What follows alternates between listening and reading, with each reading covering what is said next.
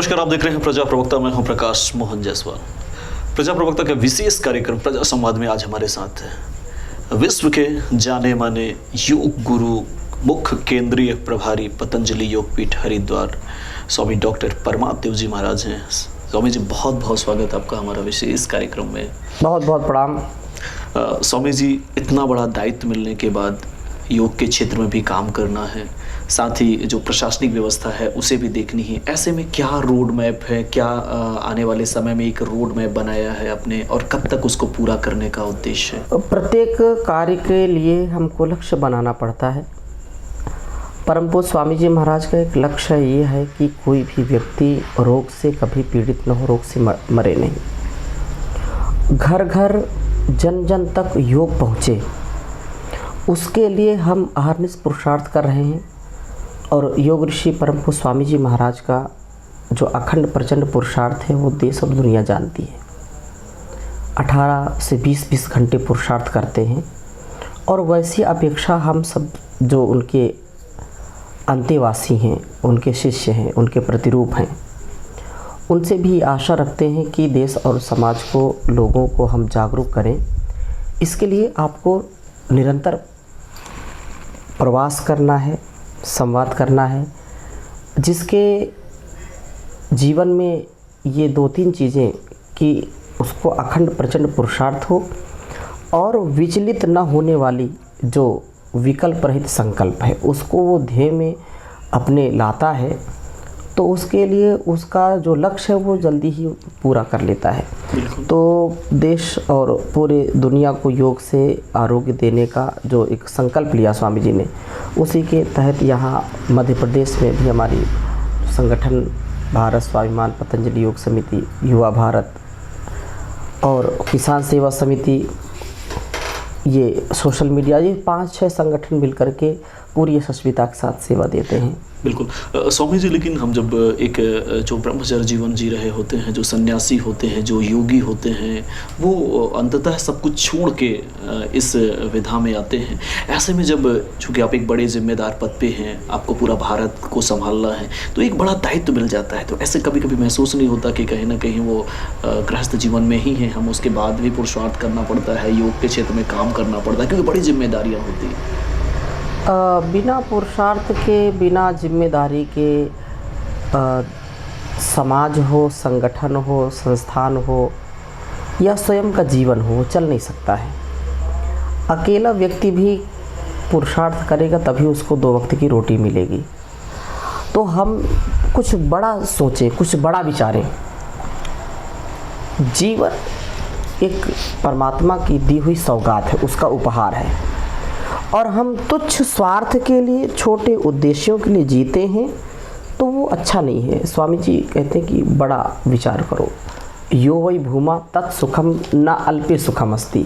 छोटा करना, छोटा विचार करना, छोटा संकीर्ण भाव रखना, एक कूपमंडूप बनने रहना, ये अच्छा नहीं है। पुरुषार्थ तो करना पड़ेगा। हमारे सभी महापुरुषों ने अखंड प्रचंड पुरुषार्थ किया है, चाहे वो गृहस्थी रहे हों या वानप्रस्थी रहे हों, चाहे सन्यासी रहे हों। हमारे ऋषि रिसर्चर होते थे, वो कभी निठल्ले बन करके, कभी प्रमादी या पलायनवादी नहीं बने। वो विशुद्ध अध्यात्मवादी, और वो अहर्निश अपने मन से, अपने वाणी से, अपने शरीर से देश और समाज के लिए, कल्याण के लिए, मानवता के लिए उन्होंने पुरुषार्थ किया है। स्वामी जी, भ्रष्टाचार रोकने में योग की भूमिका कितनी महत्वपूर्ण हो सकती है? योगी व्यक्ति कभी छल करने वाला नहीं बनेगा। योग जो रोज करेगा उसका मन मस्तिष्क इतना पवित्र हो जाता है कि वह भ्रष्टाचार को कभी दिमाग में लाएगा ही नहीं। अगर कहीं गलती हो गई, त्रुटि हो गई, तो वह पश्चाताप करेगा और दोबारा उस काम को नहीं करेगा। चाहे मादक द्रव्यों की बात हो, भ्रष्टाचार की बात हो, अलग अलग दुर्व्यसन दुर्गुणों की बात हो, योग करने वाला व्यक्ति इतना डिवाइन पर्सनालिटी हो जाता है, उसका दिव्य व्यक्तित्व, नेतृत्व और कृतित्व हो जाता है कि वह भ्रष्टाचार को स्वयं भी नहीं करेगा, दूसरों को भी नहीं करने देगा। बिल्कुल, ये उसका सामर्थ्य जागृत हो जाता है। बिल्कुल। स्वामी जी, योग के क्षेत्र में इतने बड़े बड़े कार्य हो रहे हैं, बावजूद उसके भी हम आम जन यानी जनता तक, गांव-गांव तक जो है योग पहुंचने में लोगों को जो एक ट्राइबल के क्षेत्र की बात करें, चूँकि आप एक बड़े आदिवासी बाहुल क्षेत्र में आपका दौरा है, ऐसे में जो आप महसूस तो करते होंगे कि आखिर वो घर के अंतिम व्यक्ति, गाँव के अंतिम, घर के अंतिम व्यक्ति तक योग पहुँचाने में कितना समय लगेगा, और ये जबकि सरकारें इतना काम कर रही हैं, विश्व स्तर पर भी इसकी स्थापना हो चुकी है, बावजूद इसके भी क्यों योग नहीं पहुंच पा रहा है? जो गलत चीज़ें हैं, जो खरपतवार है, वो जल्दी उगाता है, जल्दी लोगों के दिलो दिमाग में चला जाता है। जो पुरुषार्थ करने का स्वभाव जिसका है और थोड़ा सा भी विवेक है, समझदार व्यक्ति है, तो वो योग को करेगा ही करेगा। योग के बिना उसका जीवन निरोगी रह नहीं सकता। तो चाहे आदिवासी वनवासी क्षेत्र हो, चाहे गांव हो, हमारा कर्तव्य ये है कि हम पूरा पुरुषार्थ करें, हम पूरी मेहनत करें, लोगों को जोड़ें, जन जन तक पहुंचने का प्रयास करें।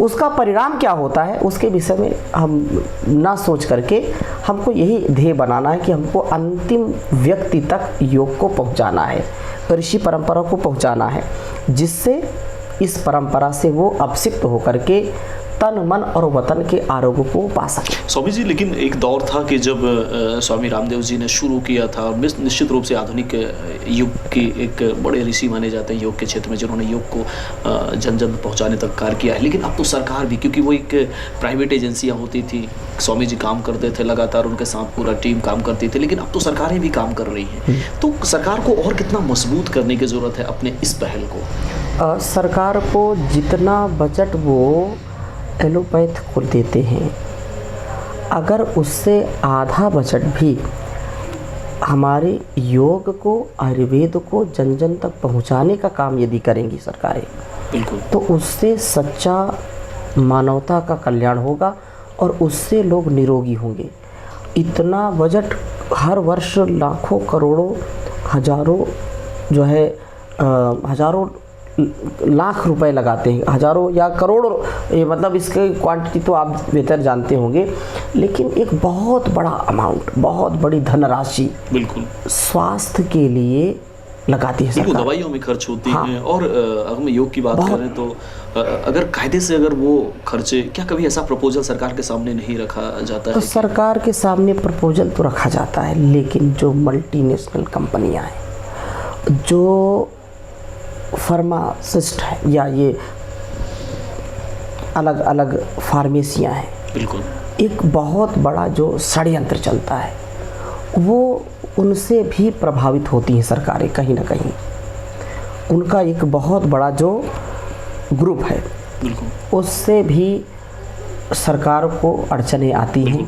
स्वामी जी, एक इसमें एक कहावत भी है कि गुड़ खाए गुलगुला से परहेज करे। हम देखते हैं कि डॉक्टर भी योग करते हैं, सारे लोग योग करते हैं, लेकिन जब योग से लाभ की बात आती है तो वो दवाइयाँ, अगर उनके पेशेंट है तो दवाइयों के बारे में बताते हैं। तो योग को उभार के क्यों लाने में लोगों को इतनी तकलीफ हो रही है, जबकि वो खुद उससे स्वास्थ्य? क्योंकि लोगों के जो है, जो आमदनी का या जो आय का स्रोत है वो कम हो जाएगा।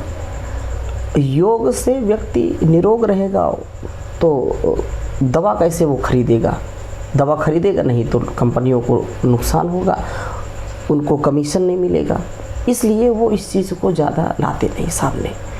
मैं अनेक ऐसे लोगों को जानता हूँ जो व्यक्ति एलोपैथ के चिकित्सक हैं, परंतु उनकी निष्ठा योग में भी है, इसलिए अपने पर्चे में ऐसे बहुत डॉक्टर हैं जो अपने पर्चे में अब योग को, आयुर्वेद को भी स्थान देने लगे हैं।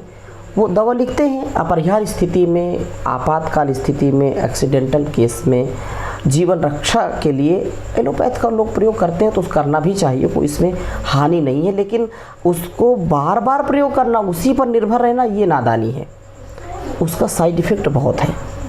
तो यदि जागरूक डॉक्टर है, चिकित्सक है, तो स्वयं भी योग करता है और दूसरों को भी परामर्श देता है कि आप योग किया करें। लेकिन कुछ ऐसे होते हैं बहरूपिये, जो अंदर कुछ करते हैं, बाहर कुछ करते हैं, अंदर कुछ है, बाहर कुछ है, ऐसे लोगों से बचना चाहिए। स्वामी जी, योग धर्मनिरपेक्ष है, योग पंथ निरपेक्ष है, योग कोई भक्ति नहीं है, कोई उपासना नहीं है।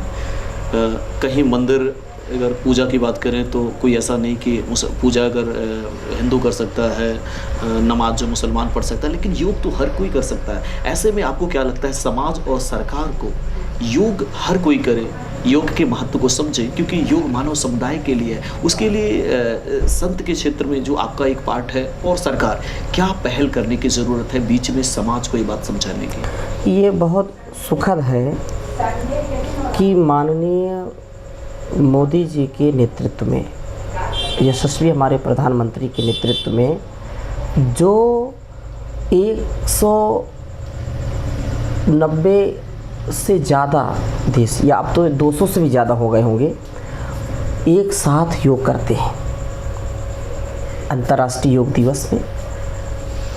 ये भारतीयता की जीत है। चाहे मुस्लिम देश हो, चाहे ईसाई देश हो, सब कम से कम योग दिवस के दिन एक छत्र के नीचे योग करते हैं। वो उन क्रियाओं को करते हैं, और वो जो लोग संकीर्ण विचारधारा के हैं वही थोड़ा सा विरोध करते हैं।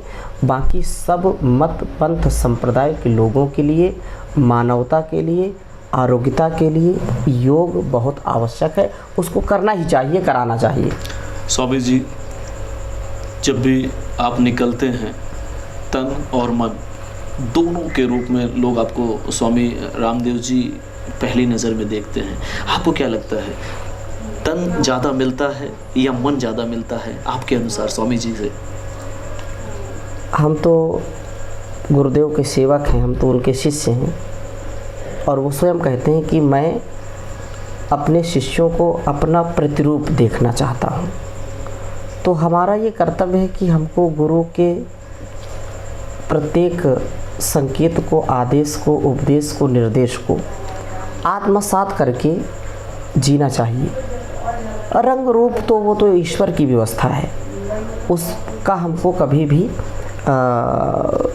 तुलनात्मक दृष्टिकोण नहीं रखना चाहिए। लोग क्या बोलते हैं वो अलग विषय है, लेकिन हमको गुरु के मन के अनुसार अपने जीवन को जीना चाहिए। इतना बात मैं जानता हूँ। स्वामी जी, जब योग की बात आती है, योग चिकित्सा की बात आती है, तो हम हरिद्वार का रुख करते हैं, स्वामी रामदेव जी की याद आती है, स्वामी आपकी याद आती है। लेकिन अब चूँकि एक बड़े पद पे हैं आप, और ऐसे में बड़ी जिम्मेदारियां हैं आपके पास, वो गांव के लोग जो हरिद्वार नहीं जा सकते, ऐसे लोग जो आप तक नहीं, हालांकि आप लगातार लोगों तक पहुंचने की कोशिश करते हैं, ऐसे में क्या एक प्लान होगा कि हम जिला स्तर पर, ग्राम स्तर पर, तहसील स्तर पर, और वो जो गांव दूर दराज के जो मोहल्ले हैं उन तक हम कैसे पहुंचे कि वेलनेस सेंटर हों, वहाँ पे योग प्रशिक्षण शिविर हों? उनके लिए अगर सरकार अपने स्तर पर काम तो कर रही है, लेकिन आपके पतंजलि इस पर क्या करने वाली है? आगे के समय पर क्या एक मास्टर प्लान होगा? घर घर तक, जन जन तक पहुंचने का प्रयास हमारा है, और इसमें कोई संदेह नहीं है। लोग ना करें आलस में, प्रमाद में, वो बात अलग है, परंतु आज हर घर में योग को जानते हैं लोग। योग से परम पूज्य स्वामी जी महाराज से सब परिचित हैं। योग, आयुर्वेद, स्वदेशी, ये एक बहुत बड़ा संकल्प, बहुत बड़ा अभियान, जन आंदोलन बना दिया स्वामी जी ने। अब आवश्यकता ये है कि लोगों को और प्रेरित करके, उनको मुख्य धारा से जोड़ करके, योग की धारा से जोड़ करके हर गांव में, मोहल्ले में, नगर में, शहर में, हर स्थान पर योग करें, कराएं। तो उसका भी स्वामी जी, कभी ऐसा भी होता है जैसे जब बड़े बड़े शिविर लेते हैं, देखने में आता है कि लोग 3 दिन योग करेंगे, 4 दिन करेंगे, जब तक आप कराएंगे तब तक करेंगे, उसके बाद योग को भूल जाते हैं। ऐसे में उनके अंदर वो ज्ञान कैसे स्थापित हो और क्या बेहतर करने की ज़रूरत है? व्यक्ति को जब अपने संकल्प के साथ जीना पड़ता है तो वो कभी नहीं भूलता। लेकिन जो संकल्पवान नहीं है व्यक्ति, जो आलसी है, प्रमादी है, उसको आप कुछ पैसे भी देना चाहो कि तुम रोज़ योग किया करो, और तुमको हर महीने 2000, 5000, 10,000 मिलेगा 2 घंटे योग करना, तो भी लोग योग नहीं करेंगे। कुछ ऐसे प्रमादी, कुछ ऐसे जीव जंतु होते हैं कि वो मनमानी करते हैं, वो नादानी करते हैं, उनको आलस से, प्रमाद से फुर्सत ही नहीं मिलती। तो ऐसे लोगों को क्या किया जाए? ऐसे लोगों का तो तन मन रोगी होगा ही होगा। हम उनको समझा सकते हैं, बता सकते हैं भाई योग करो, उनको उनके सामने लठ लेकर के थोड़े कहीं योग करना ही पड़ेगा। वो तो स्व स्फूर्ति से, अपने ज्ञान से उसको सीख करके, समझ करके योग करना ही पड़ेगा। स्वामी जी, अंतिम 2 सवाल। उपचार की जो पद्धतियां हैं, चाहे एलोपैथिक हो, होम्योपैथिक हो, और जितनी भी पैथियां होती हैं, ऐसे में आपको क्या लगता है कि यदि ये सारी पैथी एक साथ मिलके, एक साथ एक मीटिंग करके, एक साथ विचार विमर्श करके किसी रोग पर काम करें, किसी चिकित्सा का पर काम करें, तो बेहतर तरीके से हम किसी भी जो असाध रोग है, जो बड़ी बड़ी बीमारियां हैं, जो बड़े बड़े पैसों पे खर्च करने पे ठीक होती हैं, वो बेहतर ठीक हो सकता है। और इसके लिए कहाँ से पहल करने की ज़रूरत है, और क्या क्या इसमें परेशानियाँ और संघर्ष आएंगे, और कैसे ये संभव हो पाएगा? एक ही बात इसमें कि अपने दुराग्रह को छोड़ करके, चाहे एलोपैथ हो, चाहे होम्योपैथ हो, आयुर्वेद हो, योग हो, यज्ञ हो, चाहे जापानी हो, चाहे भूटानी हो, चाहे चाइनीज, पूरे देश और दुनिया के लोगों को एक ध्येय के साथ काम करना होगा कि हमको बिना साइड इफ़ेक्ट के किस पैथी में सबसे ज़्यादा लाभ है, उस पैथी के लिए काम करना पड़ेगा। और वो इंटीग्रेटेड पैथी ही सबको आरोग्य देगी। योग, आयुर्वेद, नेचुरोपैथी और ये जो हमारा ट्रेडिशनल नॉलेज है, उसी से हम निरोगी बनेंगे। इसमें सबकी सहमति। जहाँ आपातकाल की स्थिति है वहाँ ऑपरेशन भी कर सकते हैं, वहाँ एलोपैथ का भी प्रयोग कर सकते हैं, लेकिन इसमें सामूहिक साझेदारी से, समझदारी से, वफादारी से, ईमानदारी से काम करने की आवश्यकता है। स्वामी जी, चूँकि निसंदेह योग आर्या यानी भारत का है और हम स्वदेशी बात करते हैं, तो बाकी के जो कंट्री हैं, बाकी के जो देश हैं, इसलिए भी कभी कभी कोई सवाल उठाते हैं कि भारत में लगातार स्वामी रामदेव जी स्वदेशी बात करते हैं, तो योग चूँकि उनके देश का है तो हम क्यों योग करें? ये भी बड़ा एक तार्किक सवाल होता है लोग। ये तो ऋषियों की पद्धति है। वो स्वामी जी का योग कह दें और बोले स्वामी जी का योग नहीं है, तुम कर तो लो, अपना ही योग बना लो। स्वामी जी ये थोड़े कहते कि मेरे नाम से आप योग करो, आप मेरे नाम से ही अनुलोम विलोम करो, मेरे नाम से ही कपालभाति करो, ऐसा कभी कहा ही नहीं। वो तो ऋषियों की देन है और उसको जो करेगा वो स्वस्थ रहेगा। वो जहाँ का व्यक्ति करेगा वो स्वस्थ रहेगा और जो नहीं करेगा वो मरेगा। इसलिए इसको जाति से, इसको पंथ से, इसको देश से, इसको समाज से, इसको देश देशांतर से हम जोड़ नहीं सकते। ये सार्वभौमिक है, ये शाश्वत सत्य है जिसको हम आत्मसात करके अपने जीवन और इस जहान को महान बना सकते हैं। स्वामी जी, काफ़ी बड़ी उपलब्धियां हैं आपकी, कई रिकॉर्ड बने हैं। हमारे दर्शकों को थोड़ा सा बताएं कि ऐसा कौन सा रिकॉर्ड आपका है जो आने वाले समय में कोई तोड़ नहीं सकता है? ये देखो, अपने जीवन में तो तमाम रिकॉर्ड बनते रहते, बिगड़ते रहते हैं। फिर भी आपके जीवन का कोई एक यादगार? और मैंने एक बार जो है ऐसे कौतूहल में मैंने गोमुख आसन का रिकॉर्ड बनाया था, विश्व रिकॉर्ड। तो उसको 9.5 घंटे मैंने किया था, एक ही आसन को। अभी तक शायद किसी ने ब्रेक नहीं किया है। वो आगे ब्रेक करेंगे तो ये तो चलता रहता है। खुशी होगी आपको। स्वामी जी, 21 जून विश्व योग दिवस, क्या संदेश देना चाहेंगे? ये 21 जून अंतर्राष्ट्रीय योग दिवस है और पूरा देश और पूरी दुनिया इस दिन योग करती है। मैं केवल इतना ही संदेश देना चाहता हूँ देश और पूरे संसार को कि योग केवल एक दिन ही नहीं, एक दिन भी करना है लेकिन एक दिन ही नहीं, और रोज़ हमारी सुबह की शुरुआत योग आयुर्वेद से हो, ध्यान से, प्राणायाम से, आसन से और कठोर व्यायाम से। जब दिन का आरंभ होगा, पसीना बहेगा तो रोग नहीं रहेगा। इसलिए रोज़ करें और योग करें, निरोग रहें। बिल्कुल। तो दोस्तों, जिनके नाम से ही स्पष्ट होता है कि परमार्थ यानी अपना पूरा जीवन लोगों के लिए मानव के लिए और समाज के लिए, देश के लिए, यानी विश्व स्तर पर कैसे मानव सुखी हो। और सुखी का मतलब केवल मानसिक ही नहीं, शारीरिक। और जैसा कि स्वामी जी कह रहे थे कि अगर शरीर में पीड़ा हो तो कोई टैबलेट लेके दूर किया जा सकता है, कोई छोटे मोटे औषधि लेके दूर किया जा सकता है, लेकिन मन की पीड़ा को केवल योग ही समाप्त कर सकता है। और जब हम योग के अंदर आते हैं, और योग का तात्पर्य केवल यम नियम या योग का तात्पर्य केवल आसन प्राणायाम ही नहीं, बल्कि जो अष्टांग योग पर हम जाते हैं तो बहुत सारी चीज़ें आती हैं। और एक बड़ी बात स्वामी जी ने जो कही कि योग से भ्रष्टाचार को हम खत्म कर सकते हैं, क्योंकि भ्रष्टाचार एक आचरण है, और जब आचरण सदाचरण में परिवर्तित हो जाएगा तो निस्संदेह भ्रष्टाचार को समाप्त किया जाएगा। स्वामी जी की बड़ी कामना है, और बड़ी ऊर्जा के साथ इतने कम उम्र में अपने स्वामी जी और स्वामी जी के परम शिष्य हैं स्वामी रामदेव जी के, तो लगातार उन्हीं के पद चिन्हों पर कैसे योग को जन जन तक पहुंचाया जाए, उस मुहिम पर स्वामी जी लगातार भारत की यात्रा कर रहे हैं। इसी यात्रा के दौरान आज शहडोल में स्वामी जी का ये त्रिदिवसीय इंटीग्रेटेड योग शिविर का आज आखिरी दिन है, और स्वामी जी हमारे स्टूडियो में है। स्वामी जी हमसे बातचीत करने के लिए और खासतौर से तमाम मुद्दों पर बातचीत करने के लिए बहुत बहुत धन्यवाद। बहुत प्रणाम। बहुत आशाएं हैं योग के क्षेत्र में ईश्वर पूरी करे। वो बहुत प्रणाम।